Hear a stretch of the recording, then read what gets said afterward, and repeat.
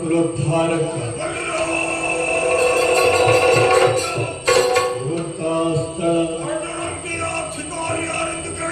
ರಾವಣೇಶ್ವರ ಮಹಾಪ್ರಭು ಎಂದು ಕೇಳಿದ್ದೇವೆ.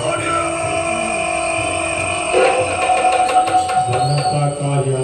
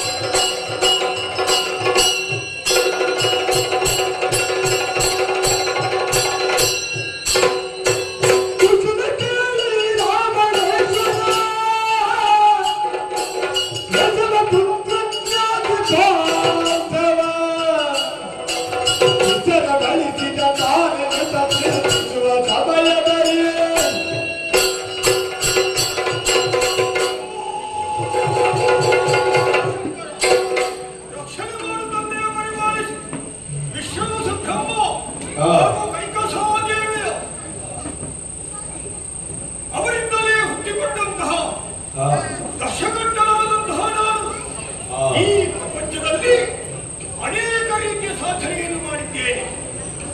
ಮೊದಲಾಗಿ ಬ್ರಹ್ಮದೇವರ ವರವನ್ನು ಪಡೆದು ಈ ಪ್ರಪಂಚದಲ್ಲಿ ಯಾರೂ ಗಳಿಸದೇ ಇದ್ದಂತಹ ಅಂತಹ ವರವನ್ನು ಪಡೆದು ಮೆರೆಯುತ್ತಾ ಇದ್ದೇನೆ. ಆ ಬಳಿಕ ಪರಮೇಶ್ವರನಿಂದ ಹಿಡಿಯುವುದಕ್ಕೆ ಚಂದ್ರಹಾಸವನ್ನು ಕೂಡ ಈ ರಾವಣ ಪಡೆದುಕೊಂಡಿದ್ದಾನೆ.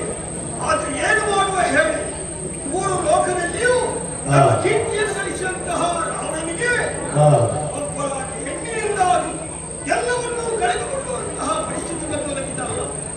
ನನ್ನ ತಂಗಿಯಾದಂತಹ ಶೂರ್ಪಣಖಿಯ ಮಾನಭಂಗ ಇದನ್ನು ತಿಳಿದಂತಹ ನಾನು ಆ ರಾಮನಿಗೆ ಸರಿಯಾದಂತಹ ಪಾಠವನ್ನು ಕಲಿಸಬೇಕೆಂಬ ಉದ್ದೇಶದಿಂದ ಅವರ ಪರಗಿಯಾದಂತಹ ಸೀತೆಯನ್ನು ತನ್ನ ಅಶೋಕವನದಲ್ಲಿ ಇರಿಸಿದೆ.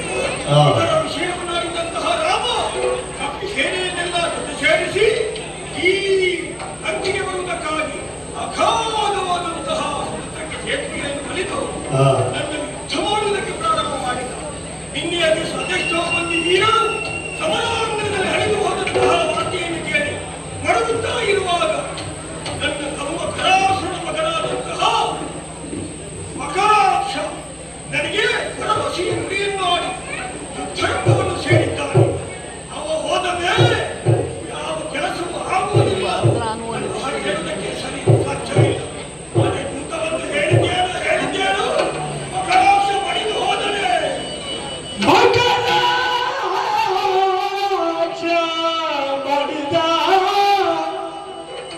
What did you do?